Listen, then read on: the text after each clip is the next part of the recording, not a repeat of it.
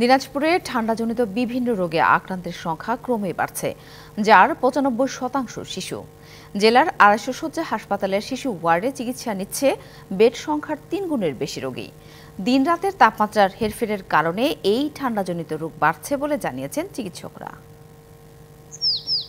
শীত মৌসুম শুরু হতে এখনো বাকি মাসখানেক, তবে ঋতু বৈচিত্র্যে হেমন্তের মাঝামাঝি প্রকৃতি বার্তা দেয় শীতের আগমনের। আবহাওয়া ঠান্ডা গরমের মিশেলে দিনে তাপমাত্রা ৩০ থেকে ৩১ ডিগ্রি সেলসিয়াস থাকলেও রাতে তা নেমে আসে ১৮ থেকে ১৯ ডিগ্রিতে।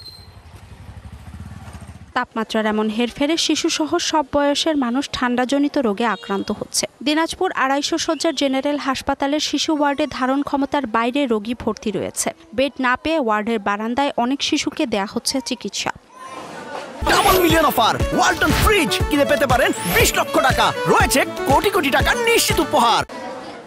জেলার একমাত্র বেসরকারি শিশু হাসপাতাল অরবিন্দ শিশু হাসপাতালের চিত্রও অনেকটা একই রকম। আক্রান্ত শিশুদের মধ্যে বেশিরভাগই নিউমোনিয়া এবং জ্বর সহ শ্বাসকষ্টে আক্রান্ত।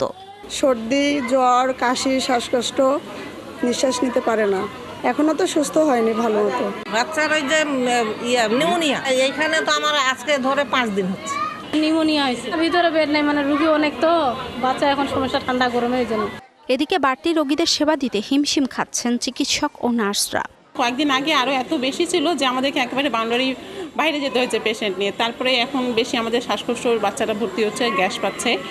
তারপর আমরা চেষ্টা করছি মানে ভালোভাবে সার্ভিস দেওয়ার। রাতের বেলা অনেক বাচ্চাই একটু অল্প কাপড় নিয়ে শুচ্ছে যেহেতু গরম লাগছে, কিন্তু ভোরের দিকে যখন ঠান্ডা পড়ছে তখন আমরা তার গায়ে কাপড় ঠিকমতো যদি না দিতে পারি, তখন বাচ্চারা এই আবহাওয়ার পরিবর্তনজনিত কারণে ঠান্ডায় আক্রান্ত বেশি হচ্ছে। বিছানা সব আছে, তার চাইতেও তার ৩ গুণ রোগী আমাদের এখানে এখন ভর্তি আছে।